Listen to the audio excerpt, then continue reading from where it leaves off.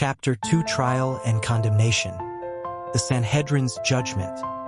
The great hall of the Sanhedrin was a cavernous space, echoing with the weight of centuries of religious authority. Torches flickered, casting long, dancing shadows that seemed to writhe and mock the gravity of the proceedings. The air hung thick with the scent of incense, a cloying sweetness that couldn't mask the underlying tension, the palpable sense of impending doom. Men in flowing robes, their faces etched with the weariness of power and the arrogance of self-righteousness, sat on raised platforms, their gazes fixed on the central figure, Jesus. He stood before them, an island of calm amidst a storm of accusations. His demeanor was a stark contrast to the agitated energy that crackled through the room. There was no fear in his eyes, no flinching under their scrutiny, only a quiet dignity that seemed to infuriate them even further. His silence was more damning than any confession could have been. It was a silence that spoke volumes, a silence that challenged their authority, their very way of life. Caiaphas, the high priest, a man whose face was a roadmap of ambition and cruelty, leaned forward, his eyes gleaming with a cold, calculating light.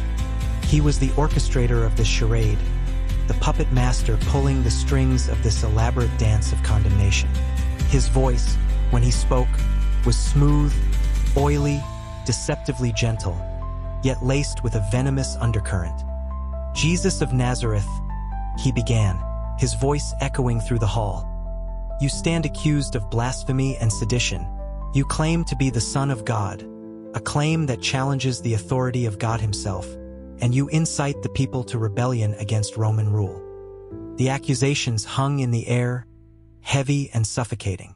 They were not meant to be debated, not meant to be questioned, but merely to be accepted as irrefutable truths. The Sanhedrin had already reached its verdict. This was a performance, a carefully orchestrated show designed to justify a preordained conclusion. A murmur rippled through the assembled throng of scribes, Pharisees, and Sadducees. Their whispers were a chorus of agreement, a symphony of self-satisfied righteousness. They were eager to condemn, eager to cleanse themselves of the disruptive presence of Jesus, a presence that challenged their comfortable world of religious hierarchy and social order. Jesus remained silent, his gaze sweeping across the faces of his accusers, a silent judgment passing between them. He saw not only the malice, but also the fear, the insecurity beneath their veneer of piety. They feared him not because of any real threat, but because he exposed the hypocrisy at the heart of their faith, the emptiness behind their rituals, the hollowness of their claims to righteousness. Nicodemus, a secret follower of Jesus, shifted uneasily in his seat. His conscience gnawed at him, a constant reminder of the injustice unfolding before him. He knew the truth, the pure, unadulterated truth of Jesus' innocence, but his position within the Sanhedrin held him captive. To speak out would be to risk his own standing, his own safety. Joseph of Arimathea, another clandestine disciple, felt the same turmoil. He, too, recognized the fabricated nature of the charges, the blatant disregard for justice. The weight of his silence felt crushing, a burden far heavier than any physical constraint. Both men were trapped between their loyalty to their faith and their fear of the consequences of defying the Sanhedrin. The trial continued, a farcical display of legal proceedings. Witnesses emerged, their testimonies laced with malice and falsehoods. They spoke of Jesus' teachings, twisting his words, taking them out of context, turning his parables into weapons of condemnation. Their accounts were embellished, exaggerated, their purpose not to reveal the truth, but to paint a picture of a dangerous, rebellious figure. The blatant fabrications stung. Jesus' gentle teachings, his parables of forgiveness and compassion, were being twisted into tools of accusation. The words he had used to offer solace were being weaponized against him. This wasn't a court of law. It was a theater of condemnation, a carefully staged performance designed to reach a preordained conclusion. The proceedings dragged on, each moment a further descent into the abyss of injustice. The weight of the accusations, the relentless barrage of false testimonies, seemed to press down on Jesus, Yet he remained steadfast, his composure unwavering. His silence spoke louder than any defense could have. Finally, Caiaphas, sensing the growing unease among some of the members of the Sanhedrin, brought the proceedings to a close. His voice, now sharp and commanding, cut through the murmuring voices. "The verdict is clear," he declared, his eyes blazing with triumph. "Jesus of Nazareth is guilty of blasphemy. He must die." A wave of relief washed over the majority of the Sanhedrin. Their fear had been appeased, their conscience momentarily soothed by the collective decision. Yet, even amidst the palpable sense of relief, a sense of unease still lingered, a residual doubt about the righteousness of their judgment. The verdict echoed through the vast hall, each syllable a hammer blow against the foundations of justice and truth.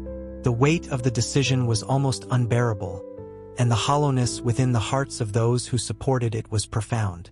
Nicodemus and Joseph of Arimathea watched, their hearts heavy with the weight of their silence, burdened by the injustice they were powerless to stop. The darkness that descended after the pronouncement was not simply the dimming of the torches, but the darkness of a collective soul, shrouded in the fog of hypocrisy and self-deception. The trial was over, but the true judgment had only just begun. The night was long, and the implications of their decision stretched far beyond the confines of that imposing hall. The echoes of injustice would resonate for generations to come. Pilate's dilemma. The chill Roman morning air did little to dispel the icy dread that settled in Pontius Pilate's gut. His opulent residence, usually a haven of comfort and power, felt like a prison. The accusations against Jesus of Nazareth lay heavy upon him, a weight far exceeding the burden of Roman governance in Judea. He paced the cool stone floor, the polished surface reflecting his grim countenance. He'd seen countless trials, countless condemned men shuffled off to execution, but this felt different. The previous night's events still haunted him. The fervent pronouncements of the Sanhedrin, their relentless pursuit of Jesus' blood, had left him with a lingering unease. He tried to dismiss it as the usual religious fervor, the predictable friction between Rome and the Jewish leadership, but a nagging doubt persisted. There was something unsettlingly quiet about Jesus, a strength that transcended mere defiance, a calm that defied the chaotic energy of the Sanhedrin's condemnation. Pilate wasn't known for his piety.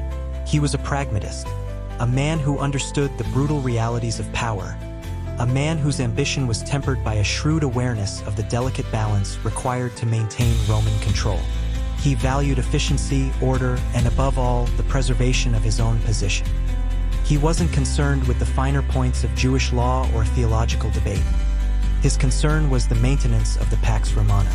Yet this case refused to be relegated to the usual categories of administrative affairs. He summoned his centurions, hardened men who had seen their share of violence and bloodshed, their faces reflecting years of harsh sun and brutal campaigns. They stood before him, impassive, waiting for his orders. He found himself unable to issue them. He found himself instead pouring out his anxieties, his confusion, his very lack of resolve. "These accusations," Pilate began, his voice hoarse, "they lack substance. Blasphemy, sedition, they're vague, unsubstantiated claims. The man seems harmless, almost." He paused, running a hand through his thinning hair, a gesture of frustration and weariness. One of the centurions, a grizzled veteran named Marcus, spoke cautiously, "Governor, the Sanhedrin is adamant. They demand his death. Their fury is palpable." Pilate knew this. He knew the power of the Sanhedrin, their influence over the populace, their unwavering determination to crush any perceived threat to their authority. He also knew the consequences of defying them. Riots, rebellions, the potential for chaos was immense, and such instability threatened his very career. He considered the alternative. He could simply hand Jesus over, appease the Sanhedrin, and return to the relative peace of his official duties. His conscience, however, protested violently. There was something in Jesus's unwavering calm, his silent defiance, that struck a chord within him, a dissonance between the accusations and the accused. He recalled the whispers that had reached his ears about Jesus' teachings of peace, forgiveness, love. These were words sharply at odds with the brutal realities of Roman rule. Yet, they resonated with a strange, unsettling truth. It was this disquiet, this unsettling sense of an unspoken truth that haunted Pilate. He paced again, the weight of his dilemma pressing down on him. He was a Roman governor, not a judge of morality. Yet, he couldn't shake the feeling that this was no ordinary criminal. He was a man caught in the crosscurrents of politics and conscience, a man torn between the demands of his office and the nagging promptings of his own heart. He sent for Jesus. He needed to see this man, to hear him speak, to ascertain the truth for himself. His hope was fragile, a tiny flickering flame in the darkness of political expediency. He wished to find a loophole, some legal technicality that could save him from making a fateful choice. He wanted to find a way to satisfy the Sanhedrin without compromising his own moral compass, however faint that compass might be. When Jesus was brought before him, Pilate was struck once again by his composure. He stood tall and composed, a stark contrast to the chaos that swirled around him. His eyes held not fear, not anger, but an almost profound sadness. Pilate attempted to engage him, to extract a confession, a justification for the accusations. But Jesus' answers were cryptic, evasive, yet resolute. He spoke of truth, love, and a kingdom not of this world, statements that both confounded and intrigued Pilate. The questioning yielded nothing to satisfy the Sanhedrin's demands. Pilate, however, found himself increasingly captivated by this enigmatic figure. He found himself questioning the very foundation of the accusations, the very nature of justice itself. The pressure from the Sanhedrin mounted. The crowd outside his residence grew, their chants growing louder, their animosity growing more intense. He could hear their cries for Jesus' blood, their threats against Roman authority. The weight of their collective hatred pressed down on him, a palpable force that threatened to crush him beneath its weight. His wife, Claudia Procula, sent him a message, a plea to have nothing to do with the condemnation of this innocent man. Her dream, filled with foreboding, had shaken her to her core. It was a further complication, a reminder of the personal stakes involved in his decision.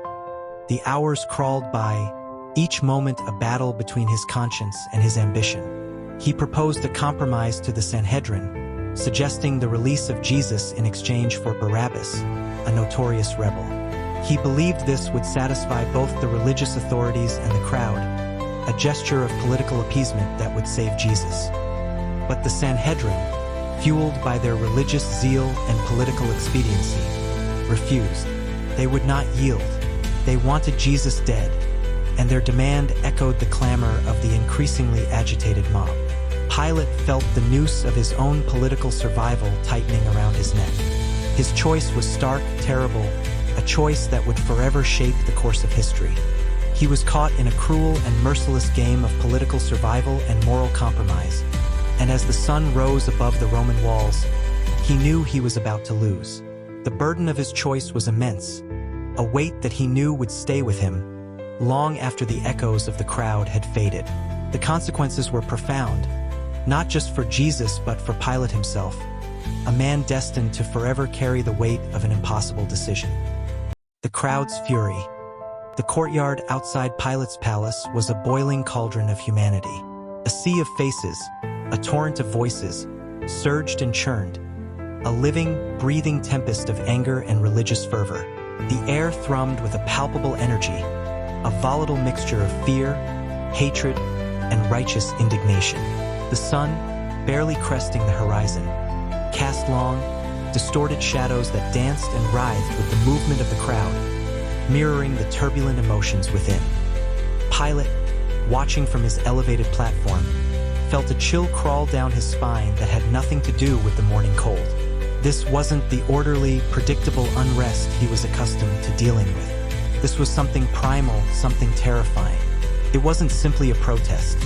It was a frenzy, a collective bloodlust that threatened to engulf everything in its path. The shouts were a cacophony of Hebrew and Aramaic, a torrent of accusations, threats, and demands for justice, their idea of justice. "Crucify him!"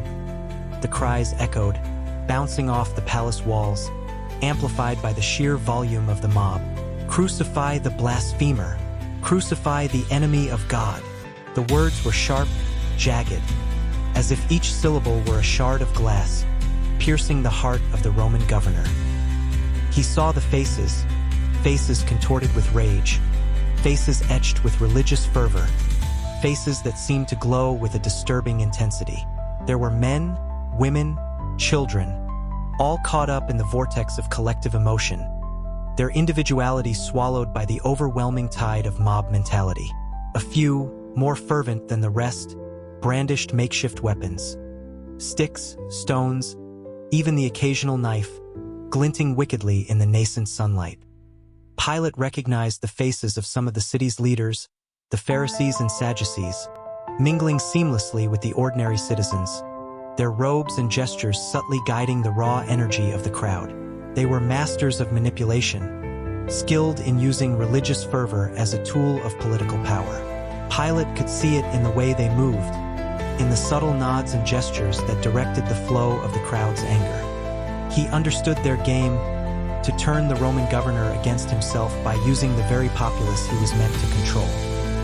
He had hoped that the proposal of Barabbas' release would appease the crowd, that it would satisfy the thirst for blood without requiring the sacrifice of an innocent man. He had underestimated the depth of their hatred, the extent of their manipulative control. The suggestion had only fueled their outrage. Now, the calls for Jesus' crucifixion weren't just loud. They were deafening, a monstrous roar that threatened to shake the very foundations of the palace. He saw fear in the eyes of his centurions. Even these hardened veterans, men who had seen countless battles and bloodshed, seemed intimidated by the raw, untamed power of the mob. Their usual stoicism was replaced with an uneasy apprehension, a silent recognition of the potential for chaos that hung heavy in the air. One of the Pharisees, a man known for his unwavering piety and ruthless ambition, stepped forward, his voice cutting through the din of the crowd. He was a skilled orator, his words precise and venomous, carefully crafted to manipulate and inflame the already volatile situation. He spoke of Jesus as a threat to their faith, their traditions, their very way of life. He painted him as a rebel, a seditionist, a danger to Roman authority, skillfully weaving together religious fervor with political expediency. His words acted as accelerant, pouring fuel on the already raging fire of the crowd's fury. The crowd responded with a frenzied roar of approval, their anger magnified, their resolve hardened by his words.